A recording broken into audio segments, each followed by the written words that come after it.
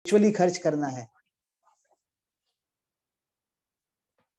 तो अब इस बार लॉ में एक क्लेरिफिकेशन दिया गया है कि एप्लीकेशन ऑफ इनकम को केवल एक्चुअल पेमेंट के बेसिस पर ही माना जाएगा, मर्केंटाइल बेसिस पर नहीं माना जाएगा। यानी कि अगर किसी ट्रस्ट ने कोई बिल्डिंग बना ली है और ठेकेदार को पेमेंट करना बाकी रह गया, रॉ मटेरियल का पेमेंट करना बाकी रह गया, साल के एंड में अगर कोई लायबिलिटी रह गई है, तो जितना अमाउंट पेबल रह गया है उतने अमाउंट को एप्लीकेशन ऑफ इनकम नहीं माना जाएगा।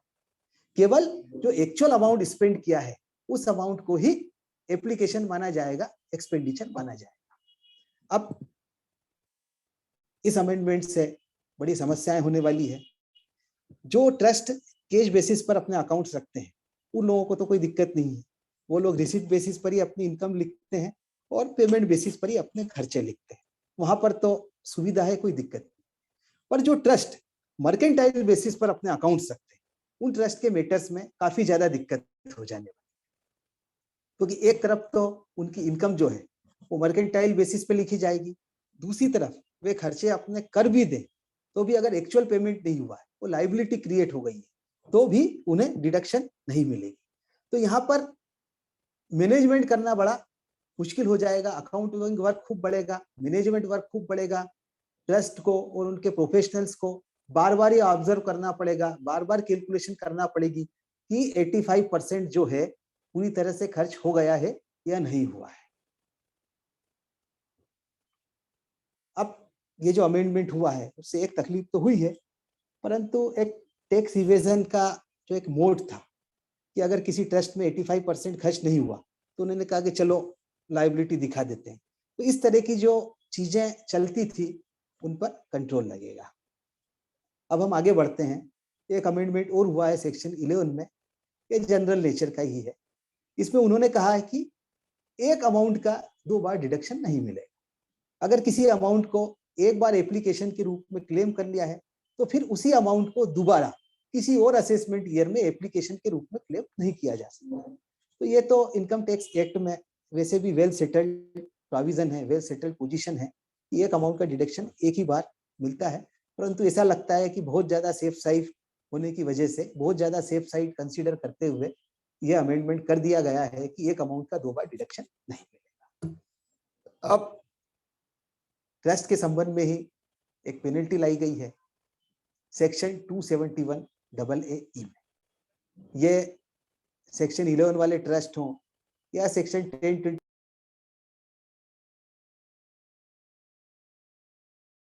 उन सभी पर लागू है। ट्रस्ट के संबंध में हम सभी को मालूम है कि ये वेल सेटल्ड प्रोविजन है कि ट्रस्ट के जो फंड्स हैं, ट्रस्ट की जो इनकम है, वो रिलेटेड पर्संस, यानी कि ट्रस्ट का कोई फाउंडर है, ट्रस्ट का कोई ट्रस्टी है, उनका कोई रिलेटिव है या ट्रस्ट में कोई सब्सटेंशियल कंट्रीब्यूटर है, उन पर खर्च नहीं की जा सकती, नहीं डायरेक्टली की जा सकती है और नहीं इनडायरेक्टली की जा सकती। और उन सब लोगों के बारे में जो डेफिनेशन दी हुई है कि कौन कौन रिलेटेड पर्सन है, उन सब के बारे में सेक्शन 33 में लिखा गया है। उसमें डेफिनेशन दी गई है कि कौन कौन इस प्रकार के रिलेटेड पर्सन है या स्पेसिफाइड पर्सन है। तो ये वाले प्रोविजंस तो एक्ट में काफी लंबे समय से। अभी तक अगर किसी इस प्रकार के स्पेसिफाइड पर्सन के ऊपर ट्रस्ट ने कोई डायरेक्ट इनडायरेक्ट खर्च किया है, उनको कोई डायरेक्ट इनडायरेक्ट बेनिफिट्स दिया है, तो उस पर पेनल्टी लगाने के कोई प्रावधान नहीं। अभी तक क्या प्रावधान थे कि इस प्रकार का कोई खर्च किया हुआ है तो ऐसे अमाउंट पर सेक्शन 11 का एग्जेम्पशन नहीं मिलता था और ऐसे अमाउंट पर मैक्सिमम मार्जिनल रेट से टैक्स देना पड़ता था। तो इस बार ये नया प्रोविजन आया है कि उस अमाउंट पर पेनल्टी भी लगेगी। और पेनल्टी कैसे लगेगी कि अगर पहली बार वायोलेशन है तो वायोलेटेड अमाउंट का 100%, और अगर पहली बार के बाद का वायोलेशन है, दूसरा तीसरा, तो हर बार वायोलेशन पर वायोलेटेड अमाउंट का 200%। इनकम टैक्स लॉ में एक सेटल्ड प्रोविजन है कि कभी किसी एक अमाउंट पर एक पेनल्टी लग गई है तो फिर दोबारा दूसरी पेनल्टी नहीं लगती। ये जो सेक्शन है ये इस बात का एक्सेप्शन। अब इसमें ये कहा गया है कि किसी एक अमाउंट पर कोई पेनल्टी ऑलरेडी लग गई है तो उस पेनल्टी के बावजूद भी सेक्शन 271AA की पेनल्टी लगाई जा सकती है, यानी कि किसी एक अमाउंट पर, किसी एक वायोलेटेड अमाउंट पर 2 पेनल्टियां भी लग सकती है। अब यहां पर एक जो कठिनाई दिख रही है, एक जो बात सामने आ रही है, वो ये आ रही है कि एक ही अमाउंट के बारे में कितने सारे इम्प्लीकेशंस। अगर किसी ट्रस्टी के ऊपर कोई अमाउंट खर्च कर दिया तो एक तो सेक्शन 11 का एग्जेम्पशन वहां से चला गया, दूसरा मैक्सिमम मार्जिनल रेट से वैसे ही टैक्स लग गया, अब उसके बाद एक और पेनल्टी। तो कहीं ना कहीं ऐसा लगता है कि जिन चीजों से गवर्नमेंट को रेवेन्यू नहीं आ रहे हैं वहां पर इतने सारे इम्प्लीकेशंस एक छोटी छोटी बात के कहीं ना कहीं एक डिफिकल्टी पैदा कर। अब ये तो एक छोटी सी बात मैंने बताई, इसके अलावा एक और अमेंडमेंट ट्रस्ट के बारे में हुआ। वो अमेंडमेंट हुआ है सेक्शन 115 बीबीआई नामक एक नई सेक्शन लाई। यह भी सेक्शन 11 के ट्रस्ट सेक्शन 1023 सी की इंस्टीट्यूशंस पर लागू। अब यहाँ क्या कहा है कि कुछ इनकम्स ऐसी रहेगी ट्रस्ट की जिनको हम 30% से टैक्स करें। किन इनकम को करेंगे? अगर कोई इनकम 15% से ज्यादा एक्यूमुलेट कर दी है और अधिक जो एक्यूमुलेशन हुआ है वो लॉ के किसी प्रोविजन के अंतर्गत नहीं है, यानी कि आपने 15% से ज्यादा एक्यूमुलेट कर दिया है और कहीं सेक्शन 11(1) में एप्लीकेशन नहीं दी, कहीं कोई सेक्शन 11(2) में एप्लीकेशन नहीं दी, या फिर वो एक्यूमुलेटेड अमाउंट कार्पस फंड नहीं है, तो ऐसा जो अमाउंट है उस पर 30% की रेट से टैक्स लगेगा। अब यहाँ पर एक बड़ी समस्या क्रिएट हो। अभी आपने देखा होगा कि ट्रस्ट के केस में ग्रास टोटल इनकम अराइज हो जाती है, और वो जो ग्रास टोटल इनकम है वो 2.5 लाख से कम है तो कोई टैक्स नहीं लगता, और वो जो ग्रास टोटल इनकम अगर 2.5 लाख से ऊपर है तो स्लेब रेट से टैक्स लगता है। अब ये जो ट्रस्ट की इनकम पर स्लेब रेट से टैक्स लगाने का कंसेप्ट है, इस अमेंडमेंट के बाद पूरी तरह से खत्म हो जाए। अगर ट्रस्ट के केस में ग्रास टोटल इनकम किसी भी तरह से अराइज हो गई तो वह केवल 30% से ही टैक्सेबल हो जाएगी, ऐसा मेरा ओपिनियन। ऐसा मेरे ओपिनियन इसलिए है कि मान लीजिए किसी ट्रस्ट के केस में कोई इनकम 85% खर्च करना है, 15% एक्यूमुलेट करना, मान लीजिए 85% खर्च नहीं हो पाया और 20% एक्यूमुलेट हो गया, तो जो 20% एक्यूमुलेट हो गया इसमें खर्च करने वाले अमाउंट की छूट मिल गई, 15% तक की छूट मिल गई, और जो एक्यूमुलेशन की जो परमिशन है उसके ऊपर का जो अमाउंट है, मान लीजिए सेक्शन 11(2) की उसके बारे में कोई एप्लीकेशन नहीं थी, उसके बारे में सेक्शन 11(1) की कोई एप्लीकेशन नहीं थी, तो ये जो अमाउंट है ये अमाउंट आ जाएगा ग्रास टोटल इनकम। इसके अलावा ट्रस्ट के केस में ग्रास टोटल इनकम में आने वाला कोई भी अमाउंट मुझे नहीं लगता है कि होगा। नॉर्मल केस में कोई एक्सेप्शनली कभी कोई आ जाए तो बात अलग है। नॉर्मल केस में जितना आप 15% से ऊपर एक्यूमुलेट करोगे और जिसके लिए आप कोई एप्लीकेशन नहीं दोगे वह अमाउंट ग्रास टोटल इनकम में आएगा, और जैसे ही वो ग्रास टोटल इनकम में आया तो पहले स्लेब रेट से टैक्स लगता था, अब 115 बीबीआई में उस अमाउंट पर 30% की रेट से टैक्स लगता है। अब एक आश्चर्य मुझे बड़ा होता है कि ऑलरेडी वायोलेटेड अमाउंट्स के लिए मैक्सिमम मार्जिनल रेट से टैक्स लगाने के प्रावधान थे। अब एक नई सेक्शन जब आई है ये 30% से टैक्स लगाने की, तो वो जो सेक्शन 164 में एमएमआर पे टैक्स लगना है वो सेक्शन भी एग्जिस्टिंग है, और ये जो नई सेक्शन आई है ये भी एग्जिस्टिंग है, यानी कि एक ही अमाउंट पर टैक्स लगाने के लिए अब एक्ट में दो तरह की सेक्शन, और उन दोनों का पर्पस एक ही है। इस चीज को शायद इस सेक्शन को ड्राफ्ट करते समय नहीं देखा गया। अब जिन इनकम्स पे 30% की टैक्स रेट लगनी है ये वाली तो है ही सही, इसके अलावा और भी सेक्शंस हैं कि अगर कोई अमाउंट आपने सेक्शन 13(3) वाले पर्सन्स के बेनिफिट के लिए अप्लाई कर दिया है तो वहां पर भी 30% की रेट से टैक्स लगेगा। अभी हमने देखा कि ऐसे अमाउंट के लिए सेक्शन 11 का एग्जेम्पशन चला जाएगा, उसके बाद 30% से टैक्स लग जाएगा, एमएमआर से टैक्स लगने के प्रोविजन अलग है ही सही, उसके बाद एक पेनल्टी लग जाएगी, और हो सकता है कि धीरे धीरे इस बात को कहीं ना कहीं ट्रस्ट के जो रजिस्ट्रेशन को कैंसिल करना है उसमें भी शामिल कर ली जाए। अभी तो शायद उसमें शामिल नहीं है जो अभी हमने देखा, और हो सकता है कि उसमें भी आगे पीछे शामिल हो जाए जिस तरह के सरकार के अमेंडमेंट चल। यानी कि अब मैं ये समझ रहा हूं कि मोटे मोटे तौर पर, अभी तो नहीं है, अभी तो पार्टली है, किसी केस में है किसी में नहीं है, मोटे मोटे तौर पर किसी भी केस में कोई भी अगर रूल का वायोलेशन हुआ तो 4 तरह के इंप्लीकेशन उस पर आ जाएंगे। पहला इंप्लीकेशन सेक्शन 11 का एग्जेम्पशन चला जाएगा। दूसरा इंप्लीकेशन 30% की दर से टैक्स लग जाएगा। तीसरा इम्प्लीकेशन, जो नई पेनल्टी आई है उस तरह की पेनल्टियां और लग जाएगी, अभी नहीं है। और चौथा इम्प्लीकेशन, ट्रस्ट के रजिस्ट्रेशन के कैंसिलेशन की प्रक्रिया चालू हो जाएगी। ये भविष्य बता रहा हूँ, जिस तरह से सरकार के अमेंडमेंट बढ़ते जा रहे हैं और छोटी छोटी बातों के इम्प्लीकेशंस बढ़ते जा रहे हैं। अब अगर किसी व्यक्ति ने छोटा सा अमाउंट एक्यूमुलेट कर लिया और उसकी एप्लीकेशन नहीं की, तो कोई बहुत बड़ा गंभीर अपराध नहीं। ऑलरेडी एक्ट में प्रोविजन है कि वो ग्रॉस टोटल इनकम का पार्ट हो जाएगा और उस पर वो नॉर्मल रेट से टैक्स दे देगा। परंतु इस तरह के जो प्रोविजंस आ रहे हैं उसमें छोटी छोटी बातें जो सिग्निफिकेंट नहीं है, जिसका कोई बहुत बड़ा इम्प्लीकेशन नहीं है, वे चीजें जो हैं एसएससी के लिए तकलीफदायक होती जाए।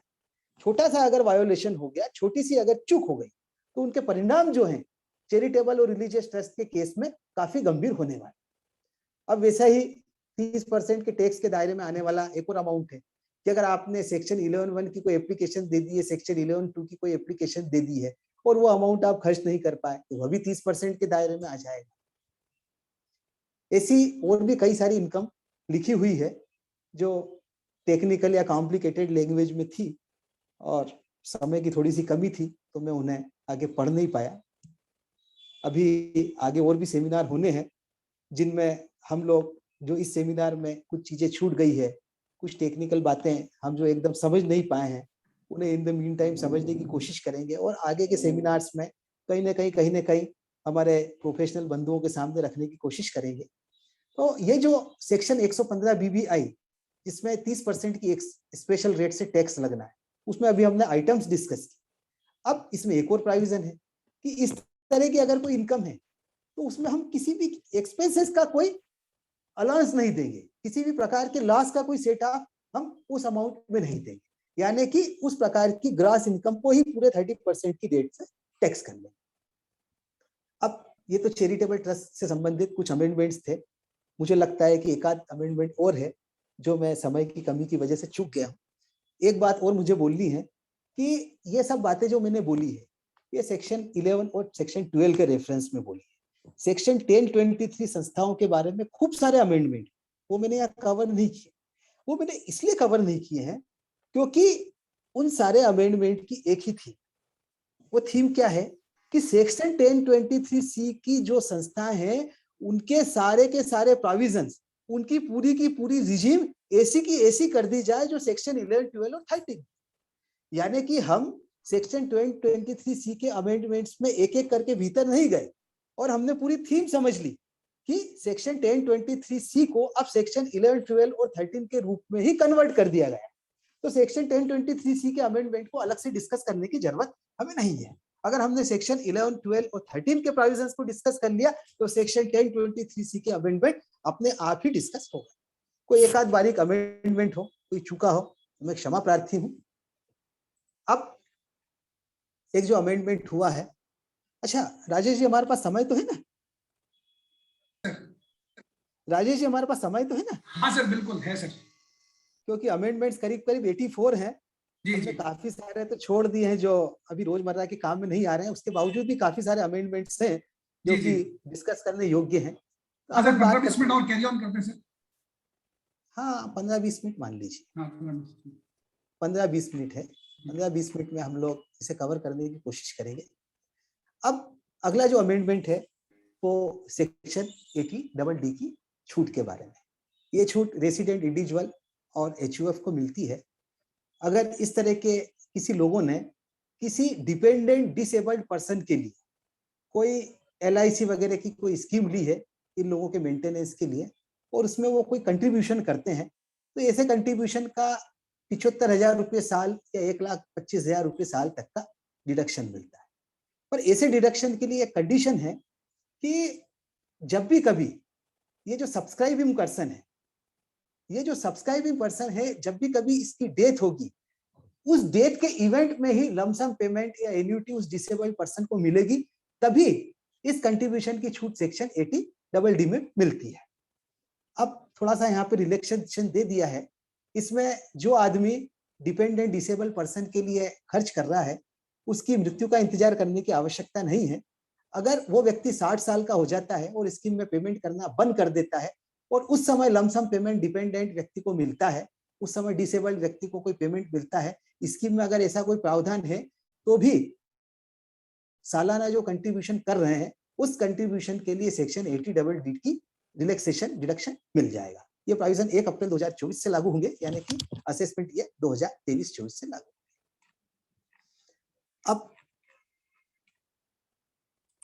एक नया टैक्सेशन इस बजट में आया है, सेक्शन 115 BBH में, taxation on virtual digital asset, यानी कि क्रिप्टो करेंसी।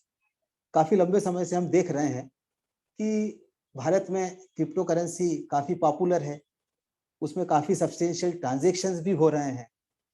अभी तो यह भी नहीं मालूम है कि क्रिप्टो करेंसी भारत में वैलिड है या नहीं है। अभी बजट में क्रिप्टो करेंसी से जो भी प्रॉफिट हो रहे हैं, गेन्स हो रहे हैं, उसको टैक्स करने के प्रोविजंस लाए गए हैं। तो कई लोग इनडायरेक्टली ये समझ रहे हैं कि भारत में क्रिप्टो करेंसी को मान्यता मिल गई है। कई लोग अपने अलग व्यूज दे रहे हैं, पर खैर हम लोगों को इन व्यूज में कहीं जाना नहीं है, वो हमारे आज के बजट का डिस्कशन नहीं है कि वो वैलिड है या नहीं भारत में। परंतु अभी तक क्रिप्टो करेंसी, वर्चुअल करेंसी के ट्रांजैक्शन पर जो भी प्रॉफिट होता था उस पर टैक्स नहीं लगता था, वो टैक्सेशन के दायरे से बाहर थी। परंतु अब यह प्रॉफिट भी टैक्सेशन के दायरे में आ गया है। सबसे पहली बात, वर्चुअल डिजिटल असेट के संबंध में जो टैक्स लगेगा वह केवल इनकम पर लगेगा, यानी कि कोई व्यक्ति वीडीए का ट्रांसफर करता है और उस ट्रांसफर के ट्रांजैक्शन पे उससे अगर कोई इनकम होती है तो ही वीडीए के मामले में कोई टैक्स देना। टैक्स की दर 30%। वीडीए के ट्रांसफर पर जो प्रॉफिट कैलकुलेट करना है, उस प्रॉफिट को कैलकुलेट करने के लिए केवल बेसिक कॉस्ट ही अलाउ होगी, cost of acquisition he allow होगी, कॉस्ट ऑफ इंप्रूवमेंट अलाउ नहीं होगी, ट्रांसफर करने के किसी प्रकार के खर्चे अलाउ नहीं। अभी हम देखते हैं कि जो कैपिटल गेन की स्कीम है उसमें सेल कंसिडरेशन में से कॉस्ट ऑफ एक्विजिशन तो अलाउ होती ही है, कॉस्ट ऑफ इंप्रूवमेंट भी अलाउ होती है और कैपिटल असेट को ट्रांसफर करने के खर्चे भी अलाउ होते हैं, परंतु यहाँ पर केवल cost of acquisition he allow होती है। अब ये कॉस्ट ऑफ एक्विजिशन क्या है, ये सब्जेक्ट मैटर ऑफ डिस्कशन है, ये सब्जेक्ट मैटर ऑफ इंटरप्रिटेशन है। तो कॉस्ट ऑफ एक्विजिशन के बारे में कोई डेफिनेशन अभी एक्ट में या बजट में नहीं दी गई। तो मैं जो समझता हूँ कि कॉस्ट ऑफ एक्विजिशन में बेसिक कॉस्ट तो आ ही जाएगी, और एक्वायर करते समय जो भी खर्चे लग गए, परचेज करने में अगर कोई आपने खर्च किया है, कोई एक्सपेंस किया है, तो मैं समझता हूँ वह भी कॉस्ट ऑफ एक्विजिशन का पार्ट ही हो जाएगा। ऐसा मेरा निजी ओपिनियन है। अब जो वीडीए से जो इनकम होगी, उस इनकम में किसी भी प्रकार का कोई भी लॉस सेट ऑफ नहीं किया जा सकता, न तो इंट्रा हेड और न ही इंटर हेड। उसी प्रकार से अगर वीडीए के ट्रांजैक्शन से कोई लॉस होता है तो उस लॉस का भी कहीं भी किसी अन्य इनकम से कोई सेट ऑफ नहीं मिलेगा, न तो इंटर हेड और न ही इंट्रा हेड। वीडीए के ट्रांजैक्शन में अगर कोई लॉस होता है तो उसका कहीं कोई कैरी फॉरवर्ड भी नहीं मिलेगा। अब यहाँ पर एक क्वेश्चन पूछा जा रहा है, वह क्वेश्चन यह है कि वीडीए के एक ट्रांजैक्शन में अगर प्रॉफिट है, दूसरे ट्रांजैक्शन में अगर लॉस है, तो क्या दोनों ट्रांजैक्शन आपस में नेट करके नेट अमाउंट पर टैक्स देना पड़ेगा या लॉस को छोड़कर केवल ग्रॉस प्रॉफिट पर टैक्स देना? तो बजट में इस बारे में कोई क्लेरिफिकेशन नहीं है, परंतु मेरी पर्सनल ओपिनियन है कि वीडीए के जो ट्रांजैक्शंस हैं उसके नेट अमाउंट पर ही टैक्स देना है। यानी कि एक वीडीए के ट्रांजैक्शन में अगर प्रॉफिट है 1000 रुपए का, दूसरे वीडीए के ट्रांजैक्शन में अगर 800 रुपए का लॉस है, तो दोनों को नेट करके केवल 200 रुपए पर टैक्स देना है। ऐसी मेरी निजी ओपिनियन, और इस निजी ओपिनियन के पीछे एक बेसिस, अभी जो नए प्रोविजन आए हैं उसमें यह कहा गया है कि वीडीए की इनकम कैलकुलेट करते समय किसी लॉस का सेट ऑफ नहीं मिलेगा। अब जब हम सेटअप के प्रोविजन में जाते हैं तो सेटअप के प्रोविजन दो तरह के, एक इंटर हेड और एक इंट्रा हेड। सोर्स वाइज किसी भी प्रकार के सेटअप की कोई बात नहीं। अगर मान लीजिए कि बिजनेस इनकम के भीतर अगर किसी प्रकार की सेटअप की बात है, तो क्या सेटअप की बात है कि एक बिजनेस से क्या प्रॉफिट आया है और दूसरे बिजनेस से क्या लॉस आया है, इन दोनों का आप आपस में सेटअप कर सकते हैं। तो ये क्या हुआ कि किसी एक हेड के भीतर दो अलग अलग सोर्स से जो इनकम और लॉस आ रहे हैं उनके सेटअप की बात चल। अब हम जहां वीडीए की बात करें तो वीडीए में एक ट्रांजैक्शन प्रॉफिट का और दूसरा ट्रांजैक्शन लॉस का, ये दोनों एक सोर्स है। ये किसी एक हेड के भीतर दो अलग अलग सोर्स नहीं है। सेटअप के प्रोविजन किसी भी सोर्स के नेट रिजल्ट के बाहर आने पर होता है। यानी कि अगर किसी बिजनेस में मान लीजिए कि दो बिजनेस है, बिजनेस एक है, बिजनेस ए में कुछ ट्रांजैक्शन सेल के ऐसे हैं जिसमें प्रॉफिट हुआ है, कुछ ट्रांजैक्शन सेल के ऐसे हैं जिसमें लॉस हुआ है। तो जब उस बिजनेस का नेट रिजल्ट बाहर आएगा तो भीतर भीतर क्या सेटअप हुए हैं उन सेटअप को एक्ट में कहीं भी डिस्कस नहीं किया गया। वहां केवल यह किया गया है कि बिजनेस ए का जो नेट अमाउंट आएगा और जो बिजनेस बी का जो नेट अमाउंट आएगा उसके भीतर सेटअप होगा या नहीं होगा उसके बारे में चर्चा है। बिजनेस ए के भीतर अलग अलग ट्रांजैक्शंस में क्या प्रॉफिट लॉस हुए उस बारे में अलग से चर्चा करने की कोई बात नहीं। तो मैं यही समझता हूं कि अगर वीडीए के एक ट्रांजैक्शन में प्रॉफिट हुआ है, दूसरे ट्रांजैक्शन में लॉस हुआ है, तो वो किसी भी हेड के अंदर कोई सोर्स है उस सोर्स के भीतर की बात है। यानी कि किसी भी सोर्स का जो नेट रिजल्ट है उस नेट रिजल्ट के बाद ही सेटअप की बात होती है।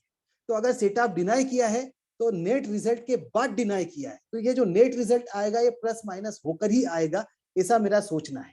तो सेटअप अगर डिनाई भी कर दिया है तो इस नेट रिजल्ट पे कोई फर्क नहीं पड़ेगा। अब यहां पर एक और बात है कि अगर किसी व्यक्ति को कोई वीडियो मिलता है दूसरे व्यक्ति से और उसके लिए उसने कोई कंसिडरेशन पे नहीं किया है और उस वीडियो की फेयर मार्केट वैल्यू जो है 50,000 रुपये से ऊपर है, तो फिर वो अमाउंट सेक्शन 56 में टैक्सेबल हो जाएगा।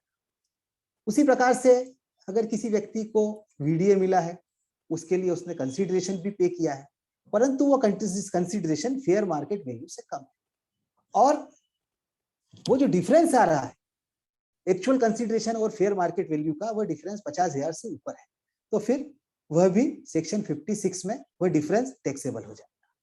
वीडीए की डेफिनेशन भी सरकार ने सेक्शन 247A में दी है, काफी इलेबोरेट है, काफी टेक्निकल है, काफी साइंटिफिक टाइप की है। उसे मेरे ख्याल से यहाँ डिस्कस करना ज्यादा लाभकारी नहीं होगा, इसलिए मैं उस डेफिनेशन को डिस्कस नहीं कर रहा। हम जनरल सेंस में जिसे क्रिप्टो करेंसी समझते हैं, बिटकॉइन समझते हैं, जनरल सेंस में वे सभी आइटम इसमें कवर हो जाएगी। तो ये जो टैक्सेबिलिटी या जो टैक्सेशन की स्कीम है ये 1 अप्रैल 2023 से यानी कि असेसमेंट ईयर 2023-24 से लागू हो जाएगी। अब क्रिप्टो करेंसी की इनकम तो टैक्सेबल है ही सही, उसे सब्जेक्ट मैटर ऑफ टीडीएस भी कर दिया। इसके लिए एक नई सेक्शन 194(s) कानून में लाई गई है।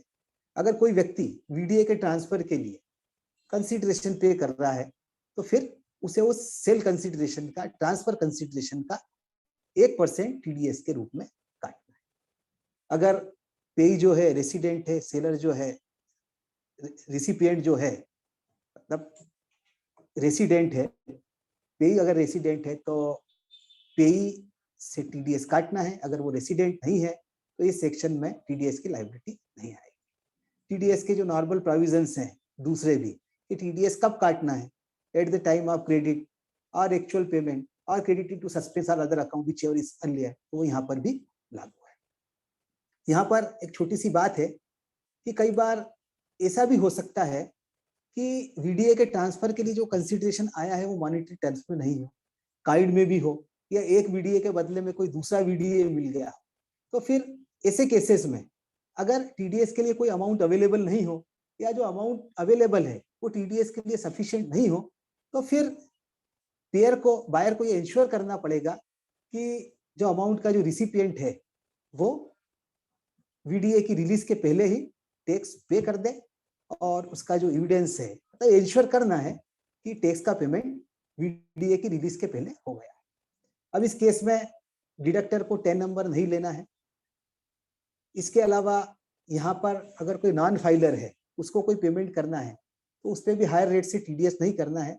इस सेक्शन में जो 1% की दर है उस दर से ही टीडीएस करना है। यहाँ पर एक थ्रेशोल्ड लिमिट दी गई है और वो थ्रेशोल्ड लिमिट इंडिविजुअल और एचयूएफ के केस में इस प्रकार से है कि अगर कोई इंडिविजुअल और एचयूएफ के पास कोई बिजनेस इनकम नहीं है और वो इस तरह के वीडीए के ट्रांजैक्शन कर रहा है, तो उसके लिए 50,000 रुपए तक टीडीएस के लिए थ्रेशोल्ड लिमिट है। 50,000 रुपए तक किसी एक व्यक्ति को अगर वो पेमेंट करता है तो उसे टीडीएस नहीं काटना है।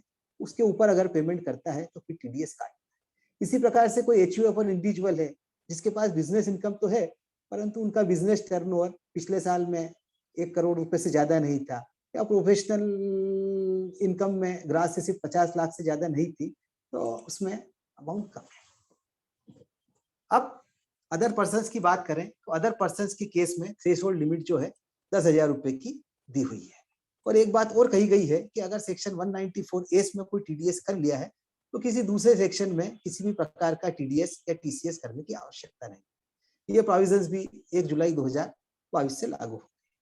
कुछ अमेंडमेंट्स सेक्शन 144 में किए हैं जो कि फेसलेस असेसमेंट की स्कीम है। पहले से एक्ट में फेसलेस असेसमेंट की स्कीम है, परंतु उसमें कई तरह की दिक्कत आ रही है, इसलिए अब 1 अप्रैल 2022 से नई फेसलेस असेसमेंट की स्कीम आएगी। स्कीम बहुत इलेबोरेटेड है और शायद मुझे लगता है कि उन पे अलग से सेमिनार करना आवश्यक है। राजेश जी, राजेश जी, हेलो, राजेश जी, कुछ और समय अपन ले सकते हैं।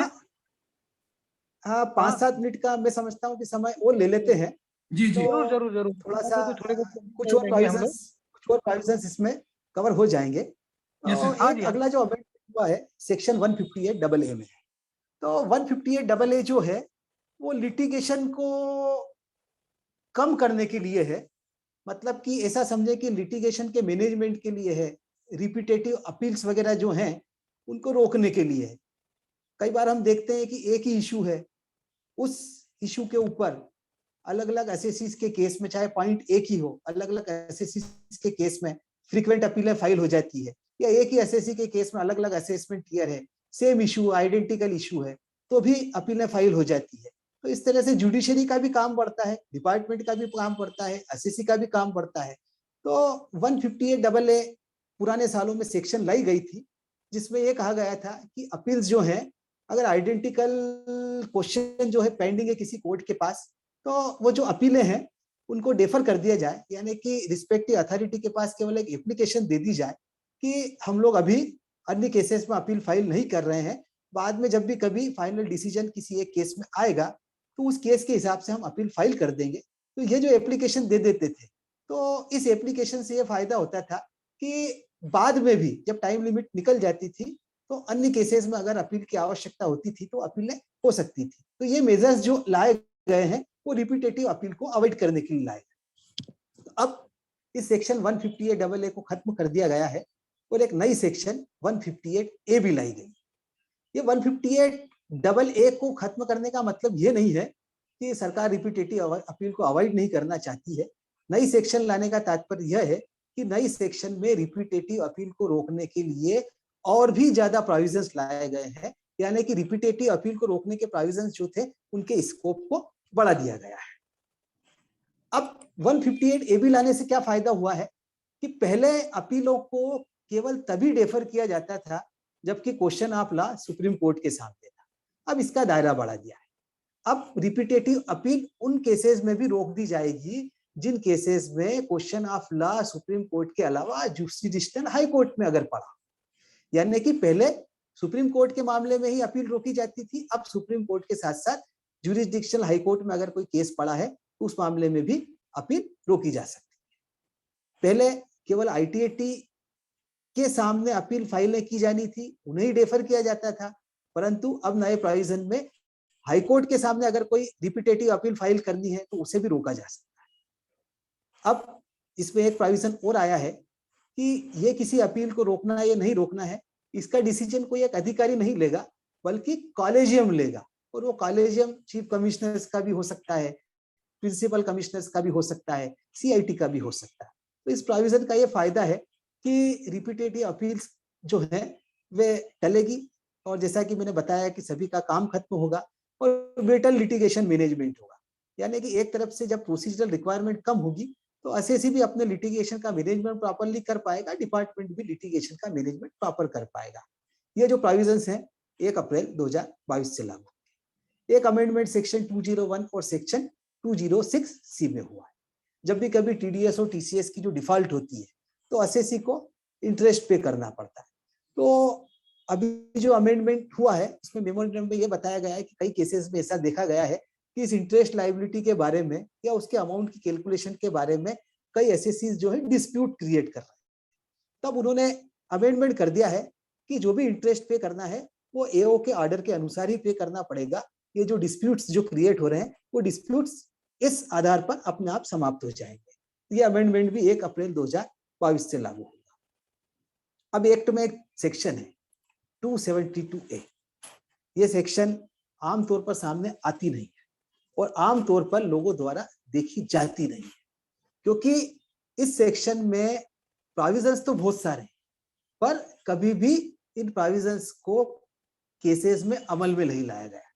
इसमें बहुत सारे छोटे छोटे ऑफेंस बताए गए हैं जिनके लिए 100 रुपए प्रतिदिन की पेनल्टी, और ऑफेंस कैसे हैं जो हमने कभी सोचे भी नहीं।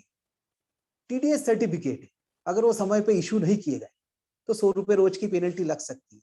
अब चूंकि 26AS है, AIS है, TIS है, तो इन सबको देखते हुए ना तो कोई हमारे यहाँ टीडीएस सर्टिफिकेट मांगने आता है और नहीं हम कभी किसी को टीडीएस सर्टिफिकेट इश्यू करते हैं, परंतु इन सब चीजों के लिए 100 रुपए प्रतिदिन की पेनल्टी है। ऐसी बहुत सारी चीजें डिपार्टमेंट को छोटी छोटी इन्फॉर्मेशन देना पड़ती है। अगर किसी व्यक्ति ने कोई बिजनेस बंद कर दिया तो उसे डिपार्टमेंट को जाके सूचना देना पड़ती है सेक्शन 176 में। अगर वो सूचना नहीं दी है तो फिर 100 रुपए प्रतिदिन की पेनल्टी उस पर लेविएबल है। ऐसे छोटे छोटे बहुत सारे ऑफेंसेस हैं। अब इन ऑफेंसेस के लिए जो 100 रुपए प्रतिदिन की पेनल्टी थी उसे बढ़ाकर 500 रुपए प्रतिदिन कर दी गई और ये पेनल्टी सेक्शन 272A में है। अब हम और आगे बढ़ते हैं। अभी हमने देखा पिछले कुछ वर्षों में पेनल्टी की स्कीम में काफी चेंज हो गई है। पहले पेनल्टियां अलग थी, अब पेनल्टियां अलग हो गई। तो पहले जब पेनल्टी की सेक्शंस थी उन सभी सेक्शंस में पेनल्टी एओ भी इनिशिएट कर सकता था और सीआईटी अपील भी इनिशिएट कर सकता था, परंतु बाद में जो सेक्शंस ड्राफ्ट होके आई नई रिजिम में उसमें काफी सारी सेक्शंस ऐसी हैं जिसमें सीआईटी अपील को कोई भी पावर पेनल्टी इनिशिएट करने की नहीं है। तो अब ये जो बजट है इसमें अमेंडमेंट करके 271AA B search related penalty, 271AA penalty related to addition under section 68, section 271AA D penalty for false entries in the books of account, ऐसी कई सारी पेनल्टियां हैं जिनमें सीआईटी अपील को भी अब पावर दे दी गई है कि वो पेनल्टी इनिशिएट कर सकते। अब एक अमेंडमेंट सेक्शन 263 में हुआ है। सेक्शन 263 में कमिश्नर को ये पावर है कि लोअर अथॉरिटीज के जो ऑर्डर्स हैं वो उन्हें रिवाइज कर सके, पर रिवाइज जो भी करना है वो रेवेन्यू के बेनिफिट के लिए करना। तो अभी तक इसमें इनकम टैक्स के जनरल मैटर्स ही शामिल थे, ट्रांसफर प्राइसिंग के ऑर्डर्स इसमें कवर्ड नहीं थे। तो अब अमेंडमेंट करके ट्रांसफर प्राइसिंग के ऑर्डर्स को भी इसमें कवर कर लिया है, यानी कि अब कमिश्नर जो है ट्रांसफर प्राइसिंग के ऑर्डर्स के मामले इसमें भी रिवीजन शुरू कर पाए। एक ऐसी सेक्शन 79A इंट्रोड्यूस की हुई है।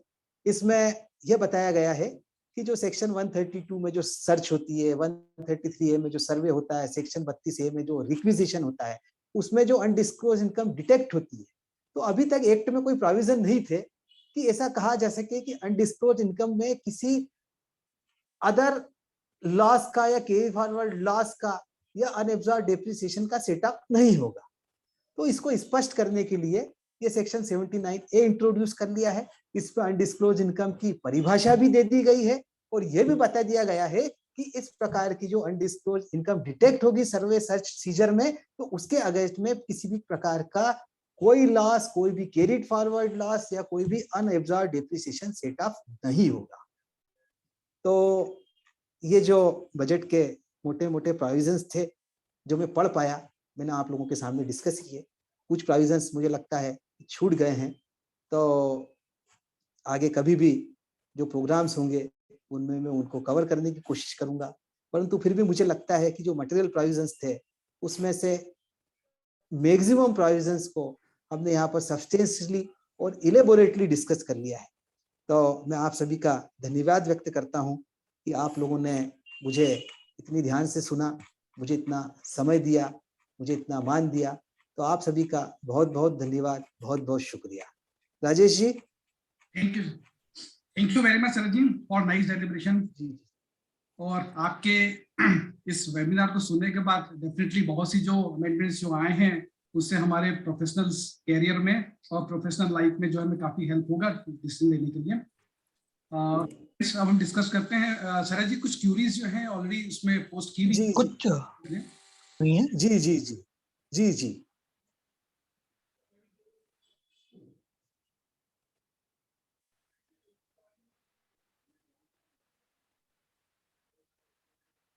चैट बॉक्स में डाला है सर जी। एक मिनट में कोशिश करता हूँ देखने की। मीनवाइल फ्रेंड्स यदि किसी की कुछ क्यूरी है तो आप अनम्यूट करके आप चीजों को हम हमारे बीच में सरज जी अवेलेबल हैं, हम उनको डिस्कस कर सकते हैं। मैं समझता हूँ कि अगर डायरेक्टली ही क्वेरी पूछ ले तो ज्यादा अच्छा रहेगा। जी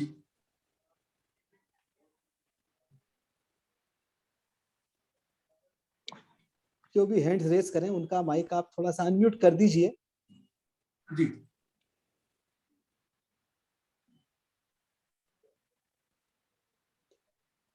ये हमारी जूम की रिकॉर्डिंग भी अवेलेबल हो जाएगी राजेश जी? हाँ सर, हाँ सर। जी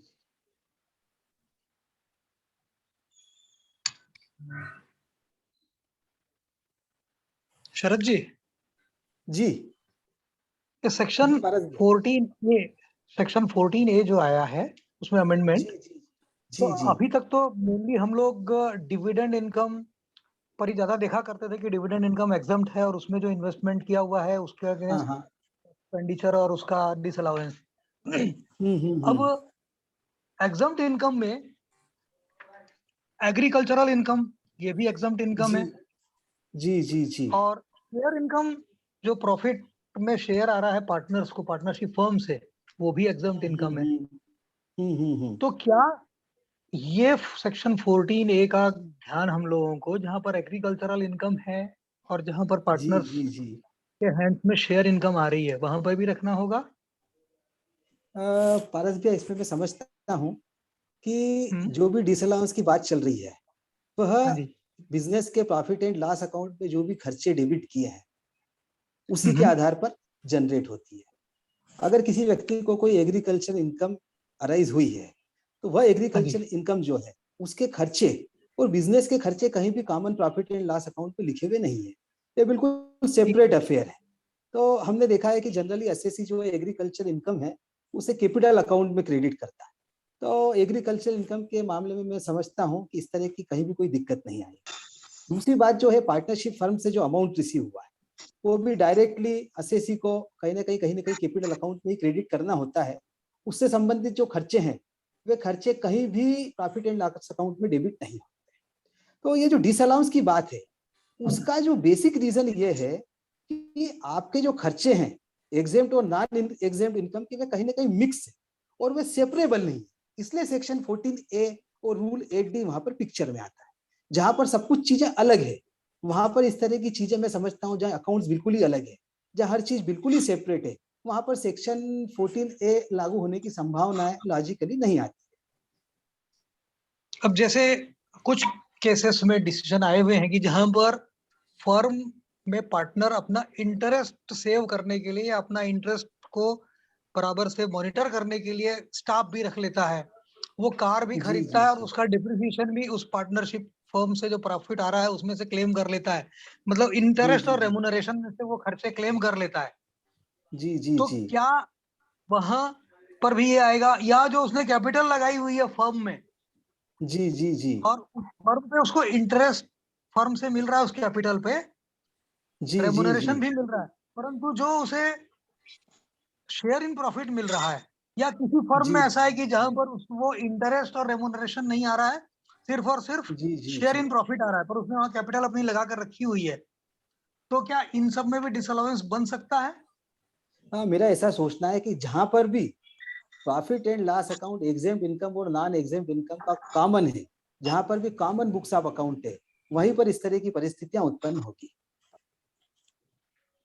हर उस केस में जहां पर कॉमन बुक्स ऑफ अकाउंट है एग्जेम्प्ट और नॉन एग्जेम्प्ट इनकम के लिए ये परिस्थितियां उत्पन्न होगी। और सेक्शन 14A के डिसअलाउंस की बात वहां पर सामने आ सकती है। विजय गोयल, रायपुर से ही। जी जी ये सर। भारत सरकार क्रिप्टो करेंसी की लॉन्च करने की आवश्यकता क्यों महसूस कर रही है, जबकि ये देश में 24/7 आरटीजीएस, एनईएफटी, आईएमपीएस ये सारी सुविधा उपलब्ध है, तो इससे देश को क्या फायदा होगा, हमारी अर्थव्यवस्था को? देखिए ऐसा है कि फायदा और नुकसान, कई बार चीजें फायदे और नुकसान से नहीं देखी जाती, चीजें इस एंगल से देखी जाती है कि दुनिया किस तरह से चल रही है, देश की जनता किस तरह से चल रही है। अभी क्या स्थिति बन रही है कि भारत सरकार की तरफ से कोई भी क्रिप्टो करेंसी नहीं है, देश में कोई भी रेगुलेटेड क्रिप्टो करेंसी नहीं है, परंतु देश की जो जनता है वह डिजिटल करेंसी को अनऑथराइज्ड मैनर में कहीं से ना कहीं से अप्रोच कर रही है। तो इन चीजों को फायदा या नुकसान देखे बगैर भी रेगुलराइज करना देश की इकोनॉमी के लिए, देश की जनता के लिए आवश्यक है। तो मुझे लगता है कि कहीं ना कहीं ये कारण इस चीज के पीछे है। सरकार को कहीं ना कहीं ऐसा भी लगता होगा कि इससे कहीं डिजिटलाइजेशन बढ़ेगा, तो ये भी एक रीजन हो सकता है। और फायदे क्या होना है और नुकसान क्या होना है, भविष्य में ये सब चीजें सामने वैसे धीरे धीरे आ भी जाएगी।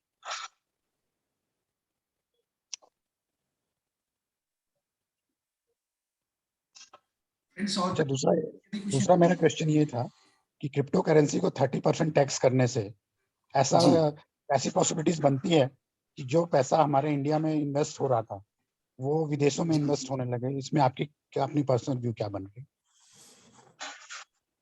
हो भी सकता है, ओके, हो भी सकता है।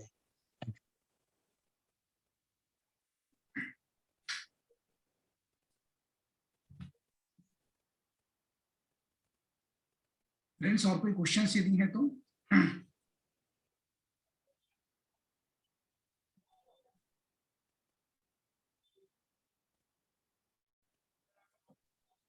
चैट बॉक्स में रंगनाथन जी का एक क्वेश्चन है 139(8)A से रिलेटेड, तो रंगनाथन जी अगर उपलब्ध हैं तो वो अपना क्वेश्चन कर लें।